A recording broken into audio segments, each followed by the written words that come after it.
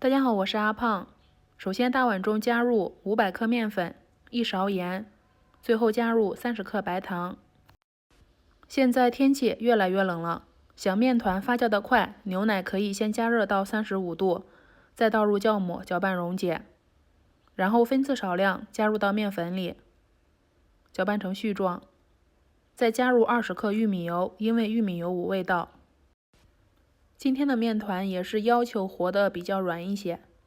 整理光滑后，盖上盖子，发酵至体积2倍大。今天还会用到柚子酱，熬柚子酱的详细视频已经在前几天更出来了，来我主页就能够看到。没有的话可以不加，加的话酸甜清香更好吃。可以看到面团按压下去不回弹，说明已经发酵好了。取出来按压排气，再把它拉成长条，分成均匀的面剂子。我大概分了11个，再把每个小面剂子向里收圆。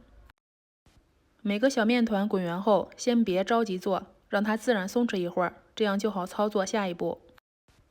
接下来按顺序拿起第一个松弛好的，用擀面杖把它擀开，别擀太薄了。喜欢柚子的就放柚子酱，没有的话可以换成自己喜欢的都行。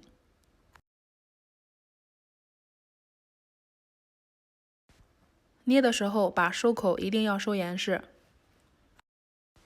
再放到案板上，把它滚成椭圆体，把所有小面团挤在一起就行了。盖上盖子，再2次发酵一会儿。像这样，手指轻轻按压，能够迅速回弹，说明2次发酵完毕。准备一个蛋黄，刷上去。刷上蛋黄后，做出来像面包一样，再撒一点芝麻，点缀一下。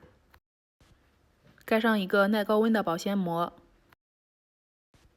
这个是冷水上锅，开大火蒸60分钟左右，所以水量一定要加足，不要干锅了。已经蒸好了，金灿灿的。撕开后能够看到像面包一样是拉丝的，它的组织又像吐司一样，非常的松软。